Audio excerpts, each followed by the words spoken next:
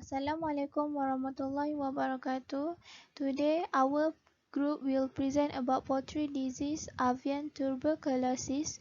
First of all, I will introduce our group member. First, Mohammad zainolhasan bin Rosli. Second, Nadia binti zawawi. Third, Syarifah binti abdul ghafar.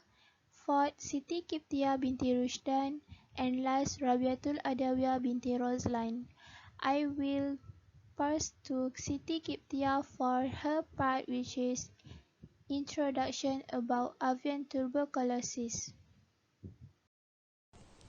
Assalamualaikum warahmatullahi wabarakatuh. I'm Siti binti Rushdan. Today I would like to present about our topic. It's avian tuberculosis. For introduction, poultry tuberculosis is predominantly caused by Microbacterium avium. Tuberculosis is a chronic disease occasionally seen in small poultry flocks.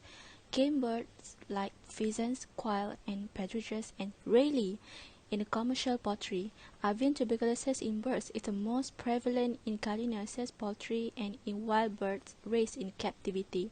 Turkeys are quite susceptible, but duck, geese, and other water birds are comparatively resistant. The practices of allowing poultry to roam at large on the farm, like free range, and of keeping the breeders for several years are conducive to the spread of the causal agent of avian tuberculosis among them. Infected individuals and contaminated environment like water and soil are the main source of infection. The above-mentioned Microbacterium species causing avian tuberculosis can survive for several months in the environment. Next, for a history about the disease. If there is a characteristic history of avian tuberculosis in a flock, and typical lesions are found in birds at postmortem, the detection of acid fast bacilli AFB in smears or sections from affected organs stained by the Ziehl-Neelsen method is normally sufficient to establish a diagnosis. Occasionally, a case will occur, presumably as a result of large infecting doses giving rise to acute of overwhelming disease, in which affected organs, most obviously the liver, have a Morocco leather appearance with fine greyish or yellowish mottling. In such cases, AFV may be not found, but carefully inspection will reveal parallel bundles of brownish refractile bacilli.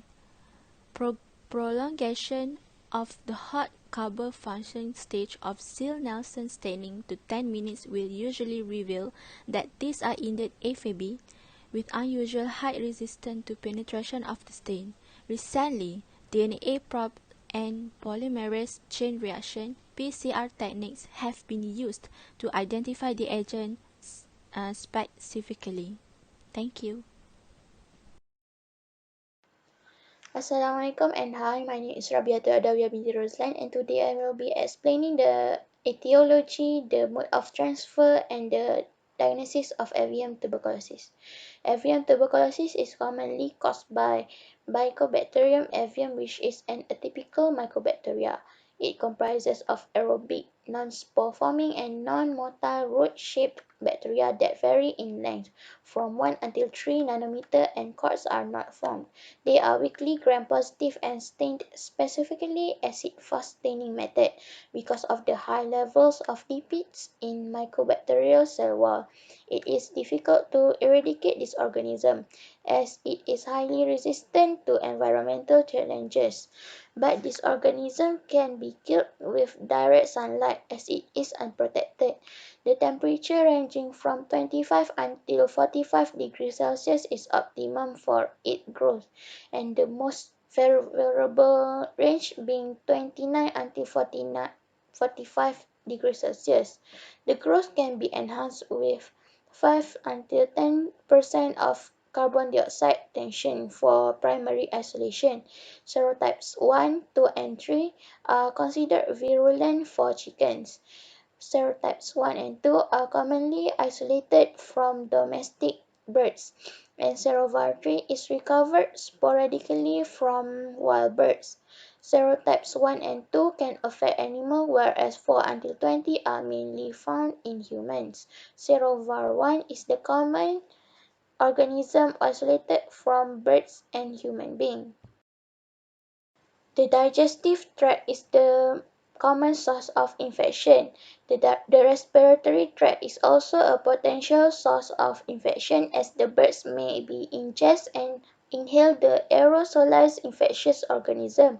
The infection is transported by contact with contaminated environment, where the cleanliness and hygiene was not paid attention to. It may persevere in soil and litter for many years, so it is important to avoid using contaminated premises for raising poultry, swine, or other susceptible species. The diagnosis of Mycobacterium avium infection is based on the clinical signs, postmortem gross lesions, and by demonstrating the acid-fast bacilli in crushed lesions, which is sufficient for a positive diagnosis. If acid-fast bacilli cannot be found, but the typical signs of ulcerations are present in the birds, culture of the organism must be performed. In the necropsy procedure, the liver or spleen is usually the best organs to use. If the carcass is decomposed, bone marrow may prove more satisfactory, as it could be less contaminated. Cultural examination using feces and tracheal swabs is necessary to isolate and identify the etiological agents in liver birds. That's all for me. Next, we go to the prevention and treatment in avian tuberculosis. Elimination of infection is difficult due to chronic carrier state. It's like sacrifice the flock. First thing first, to prevent the avian tuberculosis, the infected flock should be depopulated so not to continue to contaminate to environments. Using all-in, all-out management practices, which is one eggs are kept until complete production and they are populated after that. So to prevent the infection, as you can see the picture, this is the system all-in and out. Maintaining good sanitary condition to poultry housing, which is cleaning feces regularly to prevent transmission of the avian tuberculosis. Other prevention is minimize stress, because stress is the key factor of the transmission. So reduce contact the birds to white birds and pig to prevent the transmission of the avian tuberculosis. Reduce key factor by improve environment parameters. By minimizing overcrowding to prevent transmission of the avian tuberculosis, provide a good ventilation to the poultry housing. Other than that, provide vitamins and probiotic to their diet to help their immune system, so their body can make antibody to against the avian tuberculosis. And the sick birds should be killed and buried deeply, so no new stock or production introduced on the farm for a year by year, because once the birds infection from the avian tuberculosis, it must be depopulated and buried deeply. Apply good biosecurity rodent control to eliminate the carrier of the avian tuberculosis. Keep flock for one season only. For your information, treatment of the infected animal is rarely because of the high cost and wasting time.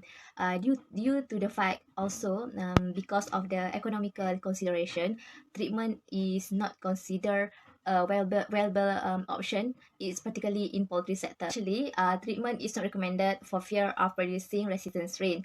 Too many medication will take months and over a year, so it's wasting time. Treated with the same drugs to treat human actually antibiotic. So previously contaminated premises should not be used to raise poultry.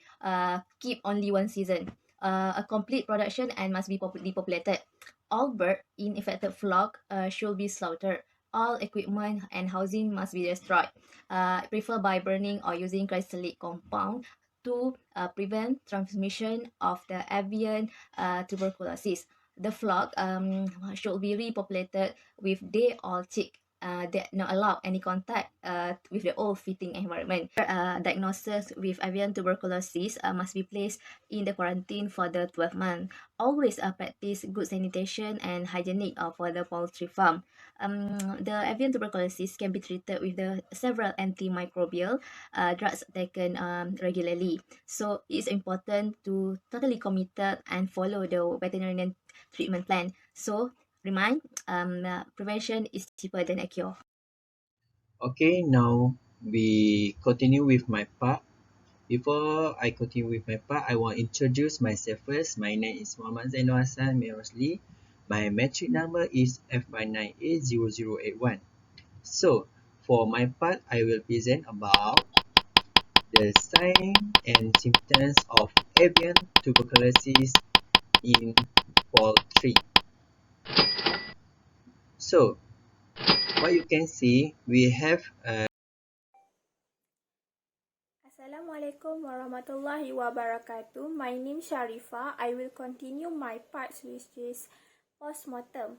First, we can detect the birds have this disease by their characters, which is they have grayish white or grayish yellow nodules of varying size, invariably in spleen, liver, and intestines, and almost tissue will be affected. It also can affected by emaciations from the birds that already have this avian tuberculosis. The diagnosis will be in isolation microbacteria from chicken tissues. It will be tested using a TB test, which is bovine tuberculosis test. For specimen required, presence of acid fast bacilli in stain smears or sections are generally sufficient to make a diagnosis. For their transmission also, infection result from ingestion of material contaminated with feces of infected birds or other animal, can contain very large number of tuberculous bacilli. Lastly, conclusion. We get limited epidemiological information on variant tuberculosis in chicken and no information regarding the public health impact of the disease.